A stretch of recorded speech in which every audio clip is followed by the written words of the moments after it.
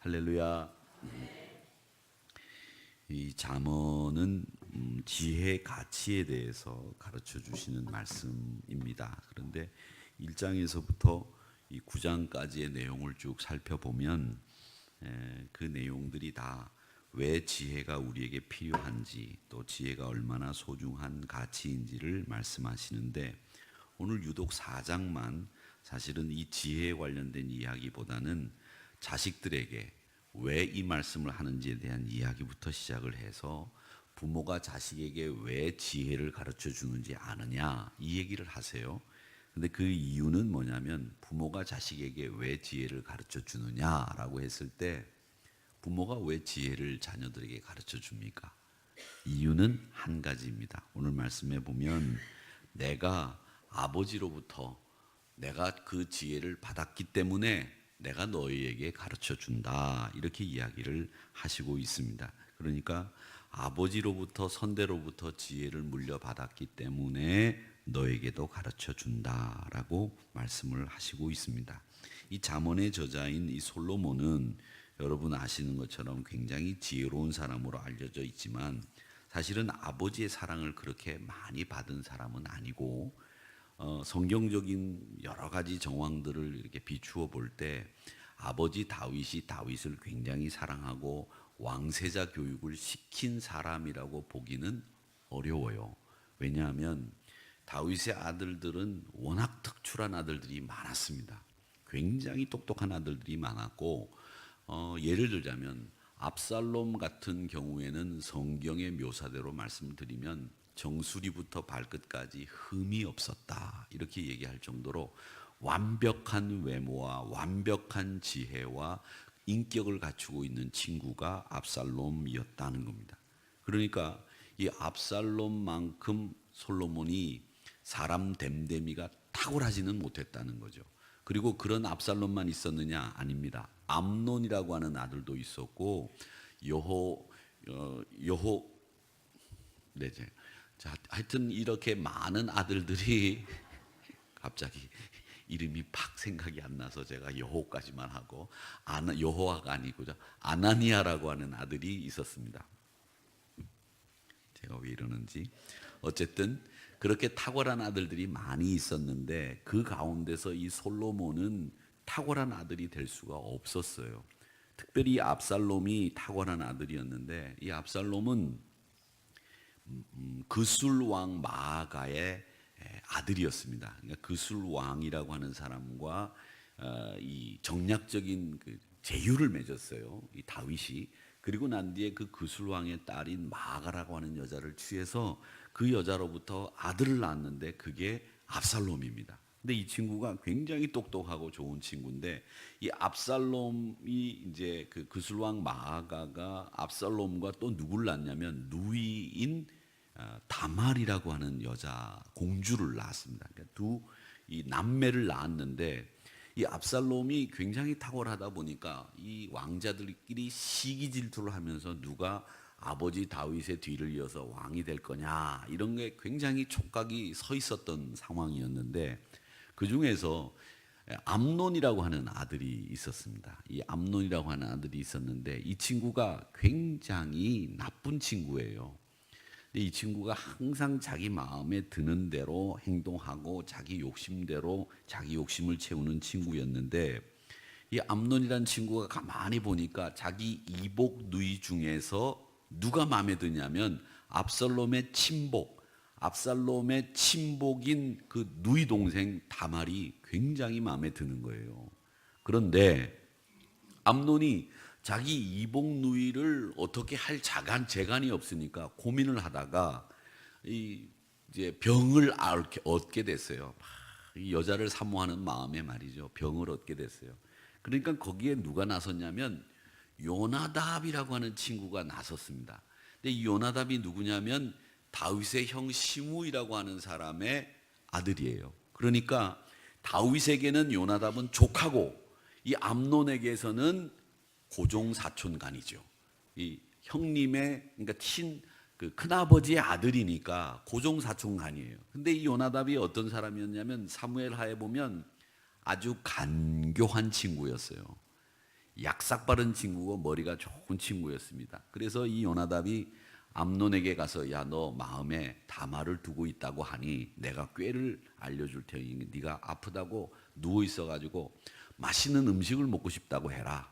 그런 다음에 그 음식을 해줄 수 있는 사람이 다말밖에 없으니 왕에게 청해서 그 다말이 네 방에 와서 음식을 만들게 해라. 그런 다음에 네가 네 욕심 채우면 된다. 이렇게 그 방법을 가르쳐 준 친구가 요나답이라는 친구였어요.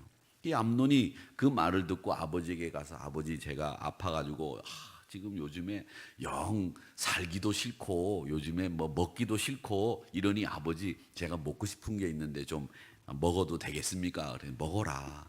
그런데 그걸 다말이 만들 수 있다고 하니 다말을 저에게 잠깐 붙여주셔서 제가 다말을 통해서 그 음식을 좀 먹게 했으면 좋겠습니다. 이렇게 이야기를 하니까 이 아버지 다윗이 아들이 아프다고 하니까 그 청을 들어줬어요. 그런데 이 다말을 암논이 불러다가 음식을 만들어서 먹고는 자기 욕심도 채워버렸죠. 근데 그렇게 자기 욕심을 채워버리고 나면 사실은 이복 간에도 고대 사회에서는 결혼을 하기도 했어요. 이종 사촌 간에 결혼하기도 하고 고종끼리도 결혼하기도 하고 누이 동생하고 결혼하는 일들도 고대 사회는 있었기 때문에 다말을 자기가 욕심을 채웠다면 이 암논은 그 다말을 데리고 사는 것이 마땅한데 자기 욕심을 채리고 난 뒤에는 뭐라고 그러냐면 꼴도 보기 싫으니까 나가라. 그 쫓아내버렸어요. 나쁜 놈이죠. 그리고 난 뒤엔 뭐라고 되어 있냐면 성경의 표현대로 하면 못 들어오게 문빗장을 걸어라. 이렇게까지 이야기를 했어요. 아주 나쁜 놈입니다. 제가 오늘 욕을 2번 했는데 이런 사람이 암논이라는 사람입니다. 자, 그런 상황에서 압살롬이 그 이야기를 들었어요. 그 이야기를 들었는데 다말을 누이 동생을 불러다가 자기 집에다가 딱 기거하게 한 다음에 다말에게 입단속을 시킵니다. 이 이야기 절대 하지 마라.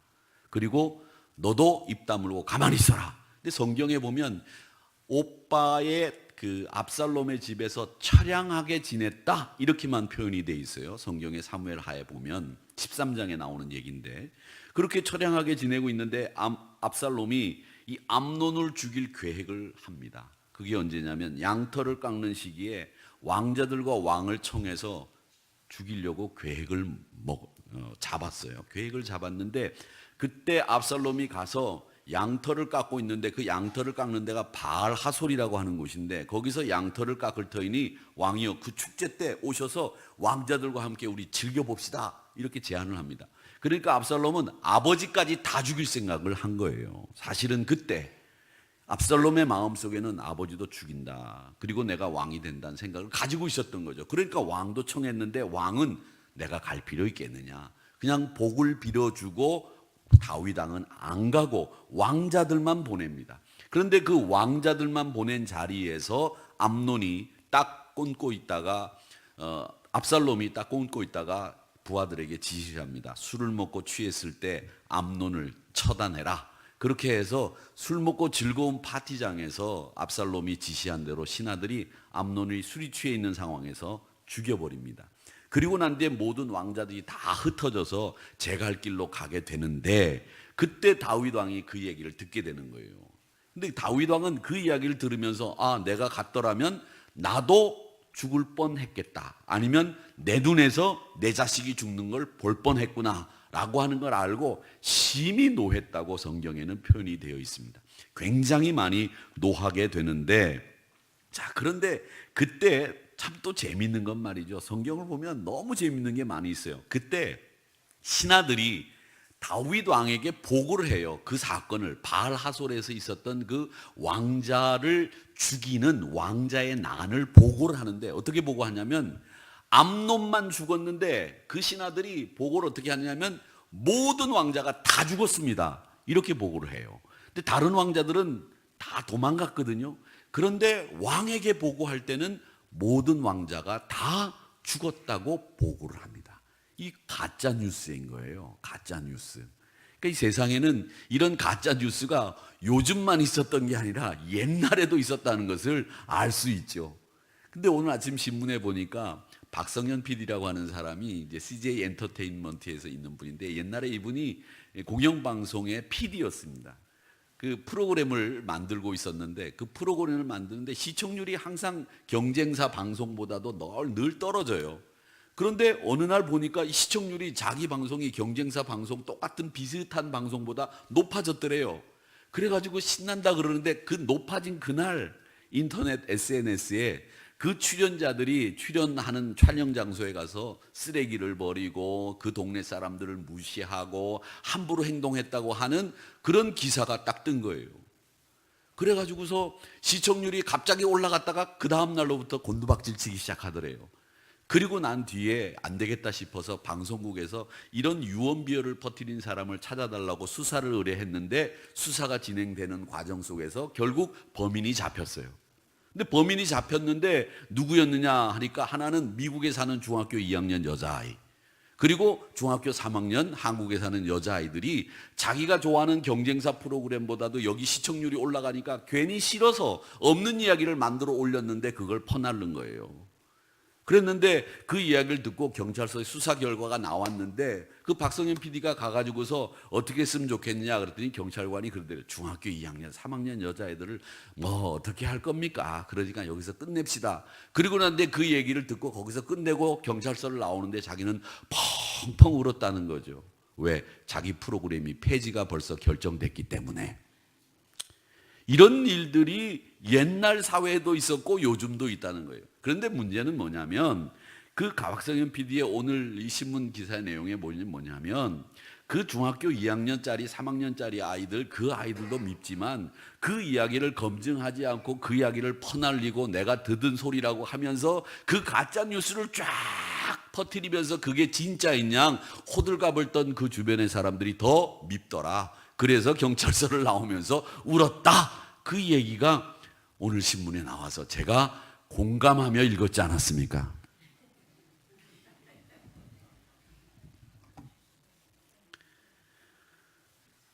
그 얘기는 거기까지. 이렇게 가짜 뉴스를 통해서 다윗 왕이 노하게 됐는데 다윗 왕을 그때부터 압살롬은 죽이려고 마음먹다가 결국 반란을 일으킨 거죠. 그래서 다윗을 쫓아내기 위해서 가는데 여러분, 이런 일들을 통해서 압살롬이 사실은 최고의 왕이 될 수 있는 왕세자였음에도 불구하고 솔로몬이 왕이 됩니다. 그러니까 솔로몬이, 제가 지금까지 말씀드린 이유는 솔로몬이 왕이 될 만한 사람이 아니었단 얘기예요. 왕이 될 만한 사람이 아니에요. 아도니아나 암논이나 압살롬이 워낙 탁월한 왕세자들이었기 때문에 압살롬, 아도니아 또 암논에 비해서는 솔로몬은 저 밑에 있기 때문에 왕이 되려면 3명의 형제가 다 죽어야 되는 거예요. 그런데 누이 동생 다말을 통해서 암논을 제거했죠. 또 아도니아와 압살롬이 반란을 일으켰죠. 그런 덕에 솔로몬이 왕이 될 수 있었지, 정상적인 과정에서는 압살롬, 아도니아, 암논 이런 탁월한 인물 앞에서 솔로몬은 왕이 될 수가 없었다는 거예요. 자, 그런데 이 솔로몬이 몇 살에 왕이 됐냐면 21살에 왕이 됩니다. 이러니까 자기가 볼 때도 형들이 워낙 탁월한 사람들인데 자기가 왕이 딱 되었으니 덜컥 뭐가 생기느냐? 겁이 나는 거예요. 야, 아버지 다윗도 보통 사람이 아니거든요. 형들도 보통 사람이 아니라는 걸 전 이스라엘 사람들이 다 알고 있는데 내가 왕이 됐는데 이 백성들이 나를 정말 따를까? 이런 두려움도 있고, 하나님 앞에서 내가 기도하면서 이걸 다스리지 않으면 내가 왕 노릇 못하겠다라고 하는 위기감도 솔로몬에게는 있었다는 거죠. 그래서 이 솔로몬이 하나님 앞에 기도하게 되는 겁니다. 그래서 유명한 기도를 하게 되는 거죠. 그게 바로 1000번제를 구하게 되는 기도인데, 하나님 나에게 어떤 기도를 드렸냐면 듣는 마음을 주십시오, 이렇게 기도했습니다. 듣는 마음을 종에게 주십시오. 이게 위기 상황 속에서 솔로몬이 사실은 왕이 되면 그건 위기가 아니죠. 다른 사람들은 그가 인생의 정점을 이루는 때인데 솔로몬은 자기가 왕이 된 그때가 가장 위기라고 생각을 했어요. 그 위기 앞에서 하나님 앞에 기도했는데 그 기도가 뭐냐면 하나님 듣는 마음 주세요, 이렇게 이야기를 한 겁니다. 그렇게 듣는 마음을 달라고 했는데 솔로몬 자신이 나라를 다스리기 위해서 듣는 마음이 필요하다고 생각을 한 거죠. 근데 이 듣는 마음이라고 하는 것은 개역 한글에서는, 우리가 가지고 있는 이 개역 개정에서는 듣는 마음이라고 되어 있지만, 우리가 전에 가지고 있던 성경에는 뭐라고 되어 있냐면 지혜로운 마음이라고 되어 있는데, 이거는 지혜로운 마음보다 원어에 가까운 건 지금 우리가 가지고 있는 성경, 이 성경 개역 개정이 원어에 가까운 마음입니다. 듣는 마음이라고 하는 말이, 이 말이 정확하게 그 뜻을 우리에게 표현하고 있는 말씀입니다. 그러니까 솔로몬이 1000번제를 드리면서 하나님이, 야, 너 1000번제 드려?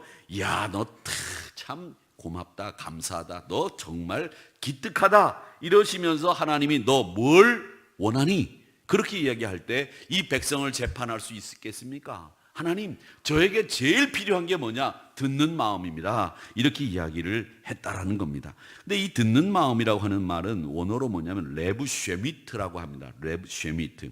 레브라고 하는 말이 마음이고, 쉐부트라고 하는 말이 듣는다라고 하는 말인데, 이 쉐부트, 쉐미트 이런 말들이 다 듣는 마음입니다. 그래서 이 말은 제가 그 주일날 주기도문에 대해서 얘기를 하다가 대개라고 하는 말을 뺀 거는 우리 개역개정 성경에서 잘못한 거다 이야기를 했지만, 이 듣는 마음을 이렇게 번역한 건, 지혜로운 마음에서 듣는 마음으로 번역한 건, 이건 굉장히 잘한 번역이라고 생각이 됩니다. 그러니까 조금 더 완성돼서 조금만 더, 한 번만 더 번역을 하면 더 좋은 번역본 성경이 나오지 않을까, 이런 생각이 드는데, 듣는 마음은 아주 잘 번역된 성경입니다. 그러면서 11절을 한번 같이 읽어보겠습니다. 11절 시작. 이에 하나님이 이르시되 내가 이것을 구하다 자기를 위하여 장수하기를 구하지도 아니하며 부도 구하지 아니하며 자기 원수의 생명을 멸하기도 구하지 아니하고 오직 송사를 듣고 분별하는 지혜를 구하였으니. 아멘. 이 듣는 마음이 바로 분별하는 지혜다라고 하는 겁니다. 여러분, 그래서 지혜로운 삶은 항상 잘 듣는 훈련을 해야 됩니다. 이 말이 참인지 거짓인지 잘 듣고 판단해야 된다는 겁니다. 요즘은 더더욱 그런 세상이에요. 많은 정보들이 쏟아져 들어오기 때문에 그걸 여과 없이 다 받아들이면 여러분의 삶이 혼란스러워져요. 걸러낼 거 걸러내고 들어야 될 것만 들어야 되는데, 그 들어야 될 걸 선정하는 것이 참 어렵고 힘들다는 거예요. 어떤 것을 들어야 되느냐라고 했을 때, 여러분 믿음의 가치로 들어야 되고, 여러분들의 말씀의 중심에서 들어야 되고, 그리고 항상 하나님이 원하시는 바를 듣고 행할 수 있는 하나님의 음성을 듣기를 사모하는 마음으로 살아야 그 사람이 지혜로운 사람이 된다라고 하는 것을 오늘 이 말씀을 통해서 배우게 되는 겁니다. 그리고 여러분, 잘 듣는 분들이 되시기를 주의 이름으로 축원합니다. 잘 듣는 사람이 지혜로운 사람이에요. 항상 보면 말이죠, 제가 이 선배 목사님들 이렇게 가끔 보면, 선배 목사님들 중에서 제가 기억에 남는 분이 지방회장을 하시는데, 이분은 지방회장 의장석에 서가지고 이렇게 서서 이렇게 회의를 진행하는 시간보다 사람을 불러가지고 듣는 시간이 더 많아요. 누구한테 무슨 사건이 생기면 가서 이렇게 얘기를 듣고 난 뒤에 회의를 진행하고, 또 올라오라고 그래서 이렇게 듣고 회의를 진행하고, 그렇게 진행하시는 목사님이 아직도 제가 기억이 나는데, 그 목사님이 제일 제가 존경하고 싶은 참 멋있는 모습으로 제가 기억되고 있습니다. 여러분, 자기가 자기 원대로 딱 지금 쾅쾅쾅 이렇게 결정하는 것보다 여러 사람들의 의견을 듣고 판단하고 시간을 벌고 그러면서 옳은 분별을 하는 분들이 지혜로운 사람이다라고 하는 겁니다. 우리 교회도 이제 전국적으로 또 우리 지방회적으로 항상 이 지도자의 역할을 하시는 분들이 계신데, 장로님이나 권사님들 무슨 일을 하든지 간에 지도자들은 많이 들어야 됩니다. 많이. 그렇게 해야 현명하게 또 그리고 분별력 있는 판단을 할 수 있다고 하는 것을 꼭 기억하면서, 저를 비롯해서 여러분 모두가 지혜로운 삶을 살기 위해서 잘 듣는 훈련을 하시기를 주님의 이름으로 축원합니다. 우리 사람이라고 하는 것은요, 배우는 것이 우리 사람의 특징입니다. 인간이 본능으로 살면 동물이죠. 근데 우리는 배우지 않습니까? 가르치기도 하고 배우기도 합니다. 숟가락으로 밥 먹는 거, 그거 배워서 되는 겁니다. 우리가 심지어 두 발로 걸어 다니는 것도 말이죠. 그냥 된 것 같지만 이거 다 배워서 된 거래요. 어린아이들이 누워서 기다가 이렇게 보니까 엄마 아빠가 걸어 다니거든.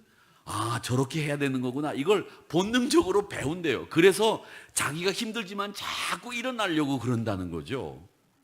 그 녀석들이 제일 처음에는 편한 대로 이렇게 기잖아요. 근데 기는 게 사실은 걷는 것보다 더 빠른 아이들이 있어요. 막 기는 거 보면 훅 기는데 내가 걷는 것보다 더 빨라. 그러면 그렇게 그 빠르게 기는 게 더 빠르면 계속 기어야 되죠. 그런데 가만 보니까 내가 이렇게 빠르게 하는데 엄마는 늦는데도 아빠는 늦는데도 서서 걷네. 그걸 보고 일어나려고 애를 쓰면서 결국은 걷게 되다가 뛰는 거죠. 그것처럼 우리가 사는 건 다 배움 안에서 이루어지는 겁니다. 거기에 따라서 우리 사람이 만들어지는 거죠. 그보다 많이 더 바르게 배워서 살아갈 때 우리를 그 사람을 인격자, 지성인 그렇게 이야기를 합니다. 그러니까 그 자기 욕망대로 사는 사람은 뭐라고 하냐면 불안당 이렇게 얘기하고, 우리가 자기가 배운 대로 사는 사람은 인격자라고 부르는데 우리는 다 인격자 아닙니까? 배운 대로 사는 사람들. 결국 사람은 가르치고 배우는 과정에서 사람이 되어 간다라고 하는 거죠. 우리가 잘 아는 이야기 있지 않습니까? 어떤 아이가 있었는데 그 집에 불이 나가지고 식구들이 다 죽었어요. 근데 그 집이 산속에 있었는데 사람들이 그 집이 불이 나가지고 다 죽었는지 몰랐어요. 모른 거예요. 그런데 아이 하나만 살아남았는데 늑대가 있다가 그 아이를 구출해가지고 그 아이를 데리고 살았어요. 이 아이가 늑대밖에 살아있는 게 없으니까 늑대를 따라간 거예요. 그래서 늑대하고 같이 살았습니다. 늑대가 키운 거죠. 애가 상당히 컸는데도 불구하고 두 발로 걷지 못하고 네 발로 기어다니면서 짐승 소리를 냈다는 겁니다. 그러니까 뭘 보고 사느냐에 따라서 사람이 배우는 게 달라지는 거예요. 여러분들은 교회라고 하는 환경 속에 들어오셔서 여기 계신 것만으로도 여러분은 무슨 말을 듣고 가든지 뭐 졸고 가시든지 주무시고 가시든지 푹 주무시고 가시든지 여기 오신 것만으로도 이 환경 속에서 충분히 여러분들이 배울 수 있는 게 있고, 그 믿음이 여러분들 모르지만 잘하게 돼 있는 거예요. 그러니까 모이기를 패하는 습관과 같이 하지 말라고 하는 이야기를 종말의 때에 우리 주님이 말씀하신 거예요. 모이기를 힘써라. 왜? 거기 가보면 뭔가 배울 게 있고, 거기 가보면 아무리 배울 것이 없는 것처럼 보이는 그 믿음의 사람들을 통해서 우리가 신앙의 모습들을 한 가지라도 배우게 된다는 것을 말씀하시고 있는 겁니다. 사람은요, 두 종류의 사람이 있습니다. 어떤 사람이 있느냐? 한 사람은 자기 경험을 앞세우는 사람이 있어요. 이 사람은 뭐든지 경험이 제일인 줄 알고 남의 말을 듣지 않습니다. 내가 경험해야 되고 내가 먹어봐야 되고 내가 행동해봐야 됩니다. 이게 고집이죠. 고집불통인 거예요. 성경에도 이런 사람이 있었죠. 누가 있었습니까? 다른 사람들은 다 예수님이 부활하신 예수님이다, 만나봤다 이렇게 얘기하는데 한 사람만 내가 만져봐야 된다, 내가 봐야 되겠다 이렇게 고집 피운 고집불통의 사람이 있었습니다. 누구냐? 도마입니다. 이 사람이 경험을 앞세우는 사람이에요. 자기 경험이 없으면 이건 못 믿겠다 이렇게 생각하는 거죠. 이런 사람들이 예나 지금이나 언제나 있습니다. 여러분, 근데 우리가 다 경험할 수 있어요? 다 할 수 있습니까? 다 경험할 수 없어요. 경험하면 안 되죠. 다 경험하기로 하자면 말이죠, 사람도 칼로 찔러봐야 되고 말이죠, 사람도 때려봐야 되고. 저는 지금까지 사람을 때려본 적이 없는데 한번 때려보고 싶어요. 어쩔 때는.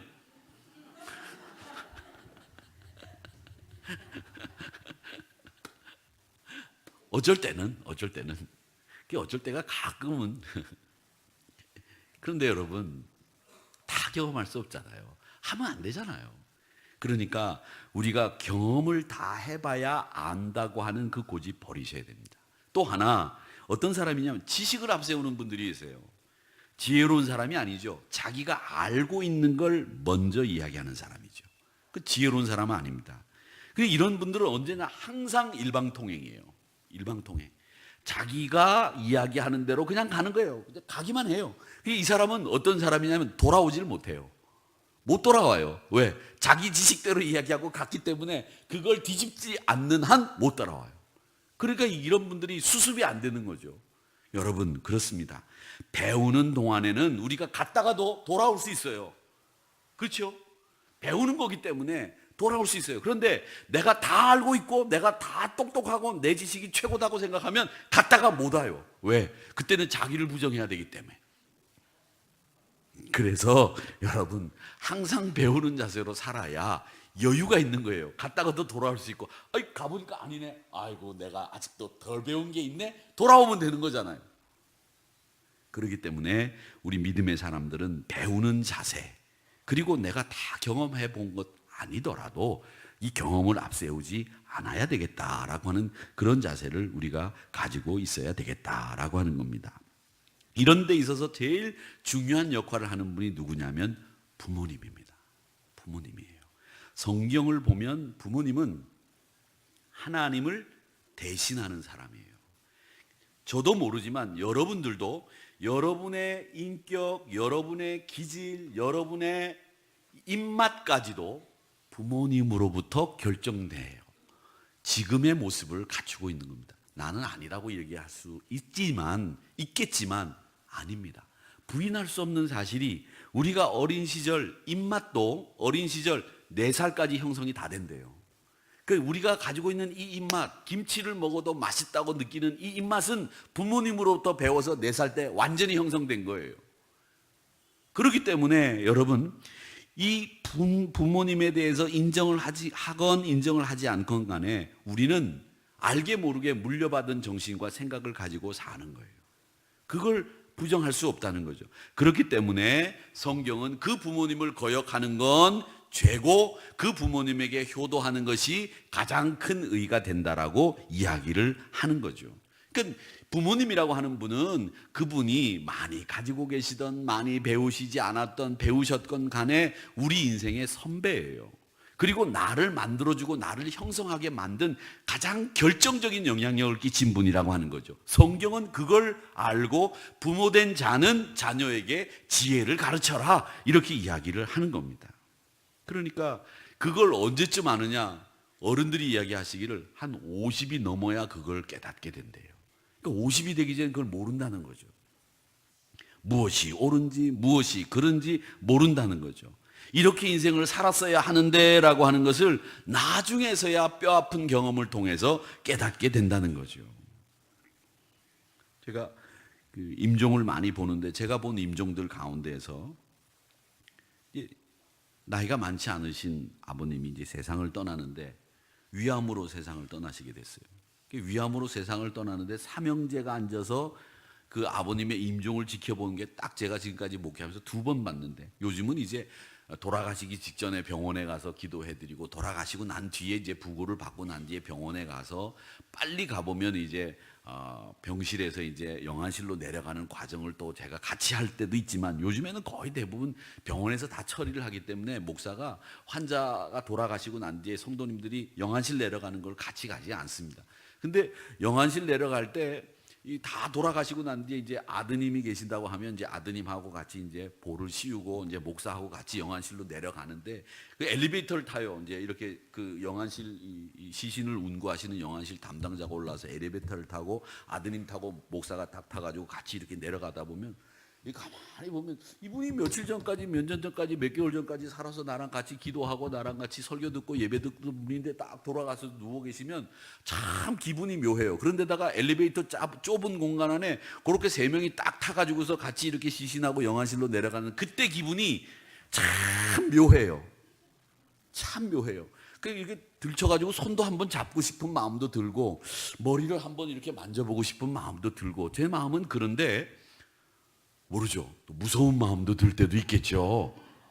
그런데 어쨌든 제가 가지고 있는 장례식 기억 경험들 가운데서 제일 특이한 경험들, 그리고 안 잊혀지는 경험들이 그분하고 엘리베이터를 타고 영안실로 옮겨가는 그 과정에서 가졌던 감정들이, 그런 느낌들이 안 잊혀집니다. 그런데 이분이 이제 돌아가시게 됐는데, 집에서 돌아가실 때는 이제 목사가 옆에 가 있는 경우들이 많았죠. 근데 집에서 옛날에는 많이들 돌아가셨거든요. 근데 삼형제가 지켜보는데 마지막으로 얘기합니다. 아버지가 아들들에게, 야, 내 인생이 별로 그렇게 성공한 것 같지가 않아. 실패한 것 같아. 근데 그 이유는 뭔지 알아? 내가 우리 할아버지, 우리 아버지 말을 안 지켰어. 그것도 유언을 안 지켜서 그랬다. 그러니까 내가 지금 다시 한번 그 할아버지, 아버지의 유언을 너희들에게 말하니까 이 유언만큼은 꼭 지켜라. 왜 얘가 이 유언을 하느냐? 우리 할아버지가 술 마시다가 사업이 망해서 죽기 전에 우리 아버지에게 얘기했다. 너 술 먹지 마라. 근데 우리 아버지도 안 지켜가지고 사업이 망해가지고 우리 아버지도 돌아가시면서 나한테 술 먹지 마라 그렇게 하고 돌아가셨는데 나도 그 유언을 안 지키고 이렇게 살다가 이렇게 일찍 죽는다. 그러니 내가 마지막으로 너한테 유언하니 술 먹지 마라. 그렇게 세 아들에게 얘기를 한 거예요. 그런데 그 아들 중에서 한 아들이 술 지독히도 먹는 아들이 있었어요.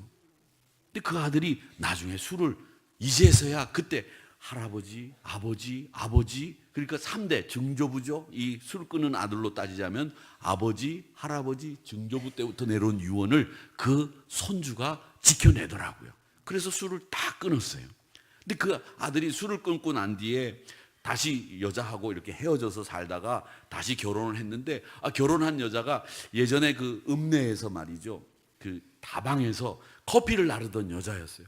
근데 이분이 결혼하고 난 뒤에 두 분이 교회를 얼마나 열심히 다니는지 드내외가 말이죠. 할렐루야예요. 근데 생긴 거는 왜 다방에서 커피를 나르던 분이니까 조금 거시기 하긴 했지만 아주 기도도 열심히 하고 신앙생활을 너무 잘해가지고 온 교회가 박수치고 칭송하고 같이 기도해주고 응원했던 그런 기억이 납니다. 여러분, 믿음의 사람들이 꼭 지켜야 될 거, 어른들이 경험한 것을 이야기하는 것에 대해서 잘 들어야 됩니다. 그러니까 나도 한번 경험해 봐야 되겠다라고 생각하는 것은 아버지와 관계를 끊는 거예요. 아버님이 이야기하신 것은 그분의 인생 속에서 경험하고 우리에게 주신 교훈이기 때문에 우리는 그저 지키기만 하면 우리는 그분의 실패를 다시 하지 않아도 되는 인생에 유익함이 있는 거죠. 그런데 젊은 사람들은 그렇게 생각하지 않아요. 뭐라고 얘기하느냐? 구시대적인 생각이라고 그렇게 얘기한단 말이죠. 구시대적인 생각이에요. 요즘 남자들 여자들이 결혼하는 거 그거 뭐 하려 합니까? 구시대적인 생각이라고 그렇게 얘기하는 이 세상이 저는 가슴을 칠 일이라고 생각해요. 그게 왜 구시대적인 생각이에요? 아니죠. 저도 그런 생각을 하는 사람들을 보면 답답한데 여러분, 이 유언 하나만큼은 꼭 지켜야 됐다고 생각하는 그 부모님의 말씀들을 잘 지켜나가야 됩니다. 여러분, 우리가 어릴 때는 부모님이 공부해라 그러면 얼마나 듣기 싫어요. 아유, 제발 그 소리 좀 안 했으면 좋겠다. 그 소리 이제 두 번만 들으면 귀에 못이 베기겠다. 이런 얘기들 했잖아요. 귀에 못이 베기는 게 뭔지 모르겠지만 손에 못이 베기듯이 여기 귀에 이렇게 두툼한 살이 생긴다는 그런 얘기겠죠. 근데 얼마나 우리가 참 공부를 안 해서 억울한 삶을 사신 아버님, 어머님 때 그 삶을 아시기 때문에 우리에게 공부하라고 말씀하시는 거죠. 자신이 공부를 안 해보니까 얼마나 살기가 힘든지를 아신 거예요. 세상에서 멸시받고 세상에서 편견으로 바라보게 되고, 그러니까 이 어려운 세상에서 네가 네 뜻을 펼쳐나가려면 공부해야 된다라고 생각을 하시고 말씀하신 건데 우리는 간섭하는 거다, 잔소리하는 거다 그러면서 살았다라는 겁니다. 그래서 오늘 말씀에 보면 뭐라고 얘기를 합니까? 1절에 한번 읽어보겠습니다. 1절 같이 읽어보겠습니다. 시작. 아들들아, 아비의 훈계를 명철을 얻기에 주의하라. 그다음에 4절 한번 또 읽어보겠습니다. 4절 시작. 아버지가 내게 가르쳐 이르기를 내 말을 내 마음에 두라. 내 명령을 지키라. 그리하면 살리라. 그랬습니다. 아버지의 말씀을 마음에 두라는 거예요. 아버지의 말씀을, 하나님 아버지의 말씀을 마음에 두시고 또 우리 부모님의 말씀을 마음에 두시기를 바랍니다. 이건 청년에 가서 설교를 해야 되는 거지 여러분 앉혀놓고 해야 될 설교가 아니네요. 아버지가 내게 가르쳐 이르기를 내 말을 내 마음에 두라. 그렇게 말씀하셨습니다. 논어에 보면 이런 말이 있습니다. 배움을 소중히 여겨라. 배움을 소중히 여겨라. 인덕을 좋아하면서 배우지 않으면 패단이 있는데 우롱당하게 된다 그랬습니다. 지혜를 좋아하고 배우지 않으면 방탕하게 된다 그랬습니다. 성실을 좋아하는데 배우지 않으면 이용당한다 그랬습니다. 성실한데 배우지 않으면 이용당한다는 거예요. 지혜를 좋아하는데 지혜로운데 배우지 않으면 방탕하게 되고, 인덕을 좋아해서 사람들과의 관계를 좋아하는데 배우지 않으면 그 사람들에게 우롱당하게 된다는 것이 노노의 얘기입니다. 용감한데 배우지 않으면 난을 일으키거나 화를 면하지 못하게 된다 그랬습니다. 강함을 좋아하고 이 강한 사람이라고 하는 것들 좋아하기는 하는데 배우지 않으면 망령되이 행하게 된다라고 이야기를 했습니다. 그러니까 지혜가 제일이니까 이 지혜를 팔고 사지 말고 지혜를 품으라고 이야기했습니다. 내 마음에 품으라 그렇게 이야기를 했습니다. 그러니까 여러분 항상 품어야 됩니다. 품어야 되는데, 저는 저희 아버님이 저보다 일을 참 잘하세요. 집안 얘기를 해서 죄송합니다만은 이 끈을 하나 묶는 거라든지 또 혹은 할아버지 산소에 가서 이렇게 벌초를 할 때도 보면, 제가 벌초를 언제 해봤겠습니까? 낫지를. 군대 가서 그 낫질도 설렁설렁 하기 싫어가지고 이렇게 한 거밖에 없는데, 아버님은 농사를 지었기 때문에 낫질도 잘 하시잖아요. 그러니까 아버님하고 저하고 이렇게 할아버지 산소에 가서 낫질을 하다 보면 아버님은 저만큼 나가는데 저는 뒤에서 끼지 땀만 삘삘 흘리고 그러고 앉아있거든요. 제가 할 줄 아는 게 별로 없어요. 그런데다가 또 뭐 하나 제대로 이렇게 야무치게 하라고 하죠. 야무치게 할 줄 아는 게 별로 없어요. 항상 뒷손이 가게 일을 하고 그러거든요. 그리고 어디다 뒀는지 잘 모르고. 그런데 아버님이, 죄송합니다, 제가 그런 사람입니다. 그런데 아버님이 저한테 항상 하는 말, 저에게 하시는 말씀이 서둘지 말아라. 서둘지 마라. 제가 자꾸 서둘거든요. 허둥대고 막 정신없어 하고 뭘 못하니까 잘하려고 하는 마음은 있다가 서둘다 보니까 서둘지 말라, 조바심 내지 마라, 이런 말씀이 있습니다. 제가 그 말씀을 항상 마음에 두고 서둘지 않으려고 하고 또 조바심 안 치려고 하는데 참 그게 잘 안 돼요. 사람이 말이죠, 자기가 가지고 있는 천성이라는 게 막 이렇게 하다가 보면 이 실수를 하게 된다는 겁니다. 그런데 오늘 말씀에 보면 네 아버지의 교훈을 내 마음에 두라 이렇게 이야기를 하시는 것 꼭 기억하시기를 바랍니다.